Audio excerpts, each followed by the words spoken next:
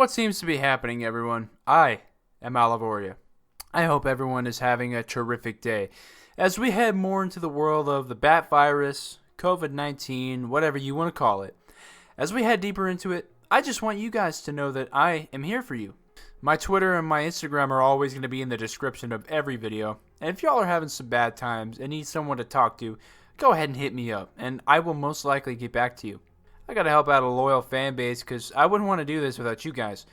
If not, well, then sit back, relax, and enjoy this video. They're doing it, boys. The Madmen, they're doing it. We're finally getting a Borderlands movie, boys. We did it. First, we Wall Street, and now this. Wait, what's this? They're making a Last of Us show? Bro, we got ourselves a fucking gold mine. There's no way we can mess it. Oh.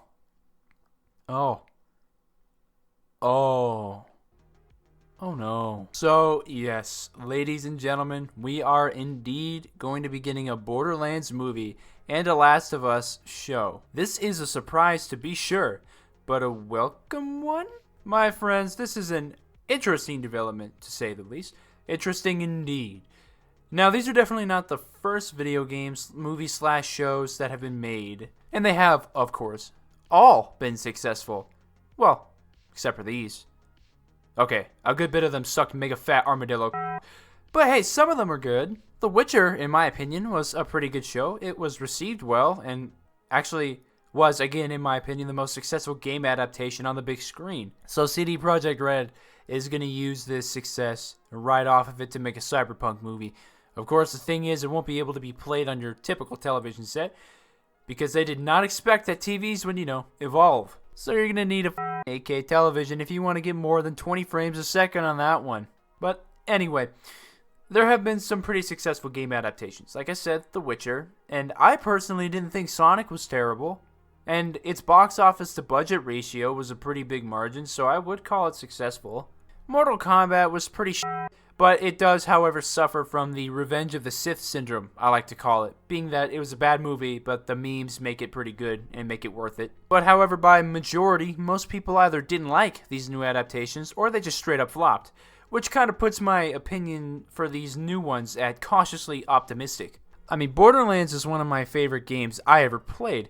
I never got the privilege to play the first one, but I've watched walkthroughs and gameplay of it, and I really wish I did. But the second one? Oh, the second one. By far one of my favorite games that I ever played. Just the sheer perfection that went into a dystopian planet with your typical resistance and bad guy plot, but it's done so well. The iconic characters from the first one merged and brought in with the new ones of the second game. The way the dialogue is written meshes so well with all those characters, and I think that Borderlands 2 was actually the first game that got me to like the villain. Handsome Jack is written out to be an asshole owner of the Hyperion Corporation, but he just has this sort of charm with everything he does. From buying a pony made out of diamonds and blowing up a bird in front of you, and it still makes you want to laugh at what he says. And the graphics are amazing for what they are. They are low end, but that's what makes the game so unique and amazing. The entire game is just beautiful. Now, I'm going to stop before I make this into a game review. Comment below if you want me to do that, by the way. I would love to. But you see how this game is quite the game. So this isn't something you want to make with no effort. No, you have to put in the same amount of effort that Gearbox did many years ago. So let's see who they have as Claptrap, one of the most annoying yet iconic characters of the game. Jack Black. Listen, I love Jack Black. He was one of my favorite actors as a kid with things like Kung Fu Panda, Nacho Libre, and Tropic Thunder. He is by all means a great actor, but I personally just don't see I'm a little afraid of animals. Fitting in with... Shut the f*** up, Steve!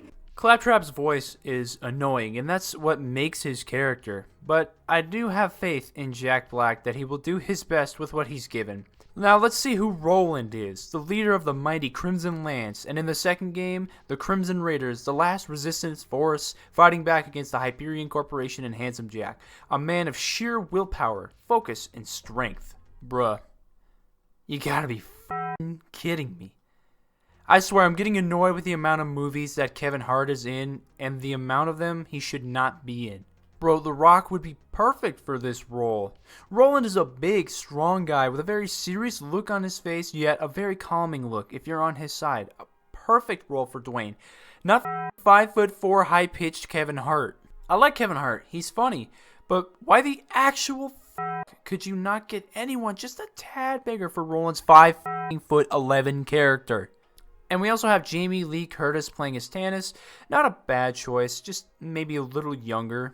And Cate Blanchett playing Lilith. Again, little older, but not a terrible choice. It seems as if the director of the movie, Eli Roth, is picking purely on popularity instead of the most similar to the role. These are all great actors by all means, but I just can't see Kevin Hart as the leading warrior of the Crimson Lance. You feel me on this one? Now, Eli Roth made movies like Hostel, Cabin Fever, and The Green Inferno. He also had a hand in Inglourious Basterds. So, all around, a pretty good reputation for the man. He made a couple flops, but a lot of directors do. Now, I'm curious why they picked a mainly horror-based director for it when Borderlands is a smorgasbord of action and adventure. But I trust him. I'll put my trust in him.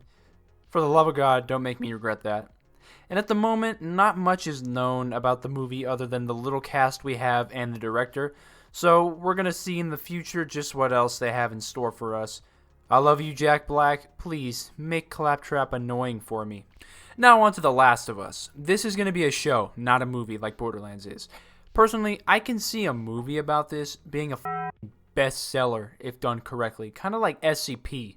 Who wouldn't want to see SCP-096 tearing someone's scrotum off on the big screen in your own home, since the theaters are going to be a distant memory? But since it's going to be a show, it's going to need a lot more work than a movie will, which means the effects might be a little doggy poop, a little goat but I'll give it a shot. The director of it's going to be, or I should say directors, Craig Mazin, who made Chernobyl, and Neil Druckmann, who actually was the original writer of The Last of Us.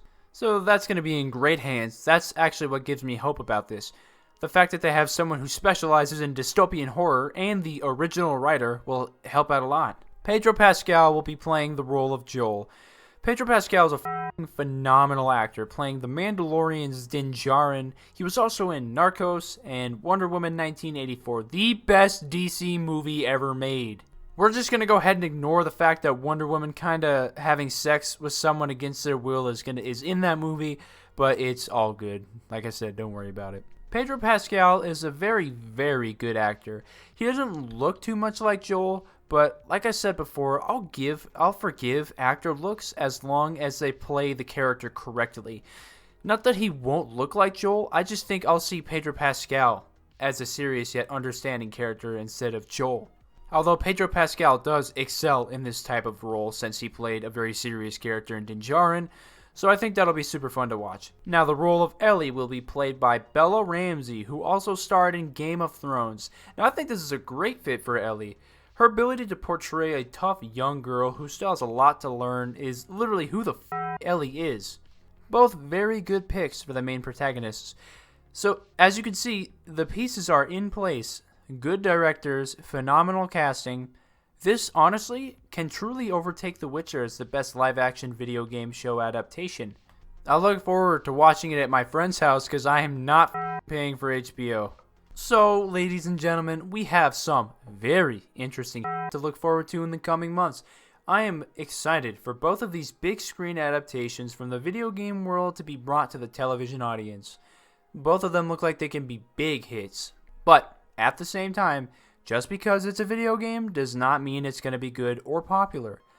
I think I'm going to go into these with the expectation for them both to succeed, but I'm not going to be surprised if they end up as a pile of T-Rex shit outside the last remaining blockbuster. But we shall see. Until then, thank you all for watching. My media is in the description below along with my second channel, and y'all have yourselves a good one.